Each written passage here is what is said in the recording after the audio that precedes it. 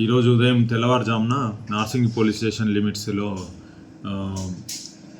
Narsingi village కుమారి బస్తీలో ఉన్నటువంటి రాజు అనే చెప్పి బార్బర్ పని చేస్తాడు. ఆయన ఏజ్ 47 years అబౌట్.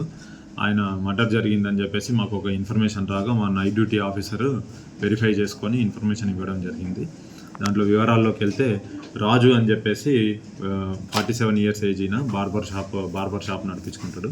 అక్కడే నార్సింగి విలేజ్ ప్రాపర్ వాళ్ళకి తర్వాత వాళ్ళ బంధువు అయినటువంటి ప్రవీణ్ కుమార్ అని చెప్పే అతనికి కొన్ని రోజుల నుంచి పడట్లేదు, ఇద్దరి మధ్యలో చిన్న చిన్న గొడవలు నడుస్తున్నాయని చెప్పేసి తెలిసింది.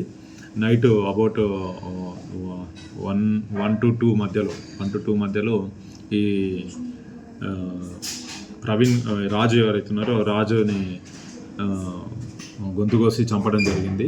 వీళ్ళు కుటుంబ సభ్యులు ఎవరైతున్నారో ఈ ప్రవీణ్ కుమారు లేదా అతని ఫ్యామిలీ మెంబర్స్ చేసి ఉంటారని చెప్పేసి అనుమానం పడుతున్నారు. దాంట్లో మేము రాజు వాళ్ళ వైఫ్తో కంప్లైంట్ ఆమె ఇస్తే తీసుకోవడం జరిగింది.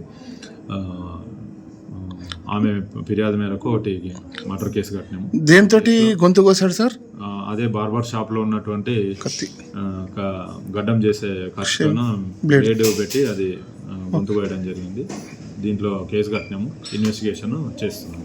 కొట్లాటలు అయినాయి, మేము కేసు పెట్టినాం. అప్పటికి తీసుకున్నాం, మంచిగా ఉంటారని ఇట్లనే పెద్ద మంచి మళ్ళీ కాంప్రమైజ్ చేసుకున్నాం, కేసు తీసుకున్నాం. తర్వాత ఇప్పుడు ఇట్లా చేసింది. రాత్రి తెలియదు, ఎప్పటిదాకా మాకు 5 o'clock పోలీసులు వచ్చి చెప్పి దాకా మాకు తెలియదు. అప్పుడు తెలుసు మాకు పోలీసులు వచ్చి ఎవరో కంప్లైంట్ చేసి పోలీసులు